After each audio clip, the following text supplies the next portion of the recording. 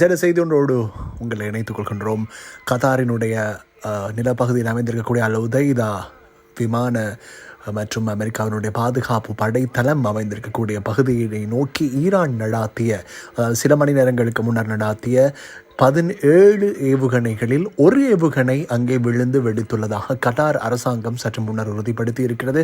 அதன் அடிப்படையில் ஏற்கனவே எந்த விதமான காயங்களும் இல்லை, யாருக்கும் பாதிப்புகள் ஏற்படவில்லை என்று தெரிவிக்கப்பட்டிருந்தாலும் இப்போது அதாவது அனைத்து ஏவுகணைகளுமே முறியடிக்கப்பட்டு விட்டன வான் பாதுகாப்பு பொறிமுறைகள் மூலம் என்று கத்தார் ஏற்கனவே அறிவித்திருந்தாலும் தற்போது அது அறிவித்திருக்கிறது ஒரு ஏவுகணை மாத்திரம் அங்கே விழுந்து வெடித்திருக்கிறது என்று அறிவித்திருக்கிறார்கள்.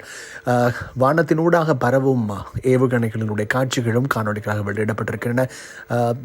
இந்த தருணத்தில் இன்னொரு விடயத்தையும் நாங்கள் ஞாபகப்படுத்த வேண்டும். கத்தாரினுடைய அந்த நிலப்பகுதியில் அமைந்திருக்கக்கூடிய அமெரிக்காவினுடைய பாதுகாப்பு தளம், கத்தாரினுடைய நிலப்பகுதியில் அமைந்திருக்கக்கூடிய அமெரிக்காவினுடைய பாதுகாப்பு தளம் மீது நடாத்தப்பட்ட தாக்குதலை அமெரிக்க ஜனாதிபதி டொனால்ட் ட்ரம்ப் தன்னுடைய சோஷியல் ட்ரூத் என்று சொல்லக்கூடிய சமூக வலைத்தள பக்கத்தில் அவர் என்ன பதிவிட்டிருக்கிறார் என்றால், ஈரான் இது நடாத்தியது ஒரு பலவீனமான தாக்குதல், இதற்கு நாங்கள் பதில் தாக்குதல் கொடுக்க போவது இல்லை என்று தெரிவித்திருக்கிறார். என்ற போதிலும் யாரும் காயமடையாத காரணத்தினால் தொடர்ந்து சமாதான பேச்சுவார்த்தைகளுக்கு ஈரானுக்கு வர முடியும். இதே பணியை ஆற்றுவதற்கு இதே வேலையை செய்வதற்கு நான் இஸ்ரேலையும் ஊக்குவிப்பேன் என்றும் அவர் தெரிவித்திருக்கிறார். இதேவேளை குவைத் மூடப்பட்டிருந்த தன்னுடைய வான் பரப்பை மீண்டும் திறந்து நிற்பதாக அறிவித்திருக்கிறது.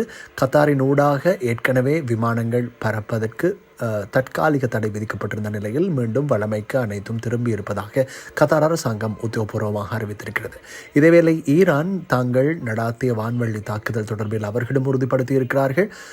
என்ற போதிலும் கூட இந்த தாக்குதல் மூலமாக எவருக்கும் உயிர் சேதங்கள் ஏற்பட்டதாகவோ காயங்கள் ஏற்பட்டதாகவோ இதுவரை இரண்டு தரப்பிலிருந்தும் உறுதிப்படுத்தப்படவில்லை. இதேவேளை அமெரிக்காவினுடைய தளத்திற்கு நடாத்தப்பட்ட தாக்குதல் தொடர்பில் பல்வேறு விடயங்களும் எங்களால் கூறக்கூடியதாக இருக்கிறது. ஏற்கனவே ஈரான் மீது நடாத்தப்பட்ட தாக்குதலுக்கு பதில் தாக்குதலாகத்தான் இந்த நடவடிக்கை மேற்கொள்ளப்பட்டிருக்கிறது. குறிப்பாக B-2 ஏவுகணை விமானம், அதாவது அணுகுண்டையும் காவி சென்று எடுத்து செல்லக்கூடிய விமானம், ஏவுகணை விமானம் அல்ல மன்னிக்கவும், அணுகுண்டுகளையும் காவி எடுத்து செல்லக்கூடிய வல்லமை கொண்ட அணுகுண்டுகளையும் எடுத்து செல்லக்கூடிய உலகில் இருக்கக்கூடிய அதிநவீன வசதிகளோடு இருக்கக்கூடிய ஒரு விமானம். இதில் மிக முக்கியமாக இந்த முறைப்பட்டத்தை நாங்கள் பார்க்க வேண்டும். ஏற்கனவே நாங்கள் பல மாதங்களுக்கு முன்பிருந்தே உங்களுக்கு குறிப்பிட்டிருந்தோம் இல்லையா, மத்திய தரை பிராந்தியத்திலே அவர்கள் இந்த B-2 விமானங்களை அவர்கள் தடுத்து நிறுத்தி வைத்திருக்கிறார்கள். அதற்கு காரணம் ஏதேனும் ஒரு கட்டத்தில் ஈரான் மீது தாக்குதல் நடத்துவதற்காகத்தான் இருக்கலாம் என்று நாங்கள் குறிப்பிட்டிருந்தோம். அது நடைபெற்று சில மாதங்கள் கழிவதற்குள்ளே இந்த சம்பவம் பதிவாகியிருந்தது. அந்த பாதிப்புகள் காரணமாக 3 அணு உலைகள் மீது நடாத்தப்பட்ட தாக்குதலினால் செறிவாக்கப்பட்ட யுரேனியத்திற்கு எவ்வித பாதிப்பும் ஏற்படவில்லை, நுழைவாயில் பகுதி மட்டும்தான் பாதிக்கப்பட்டிருக்கிறது என்று பின்னர் அறிவிக்கப்பட்டிருக்கிறது. எதேவாறாக இருந்த போதிலும் இப்போது இதற்கு பதிலடியாகத்தான் இது கொடுக்கப்பட்டிருக்கிறது என அமெரிக்க ஜனாதிபதி தெரிவித்திருக்கிறார். இதற்கு நாங்கள் பதில் தாக்குதல் நடாத்த மாட்டோம் என்று. ஏனென்றால் அமெரிக்காவினுடைய தலைநகர் வாஷிங்டன், வெள்ளை மாளிகை அமைந்திருக்கக்கூடிய பகுதி, இன்னும் பல முக்கியமான பகுதிகள் நேற்றைய தினம் முதல் பாதுகாப்பு பலப்படுத்தப்பட்டிருந்தன.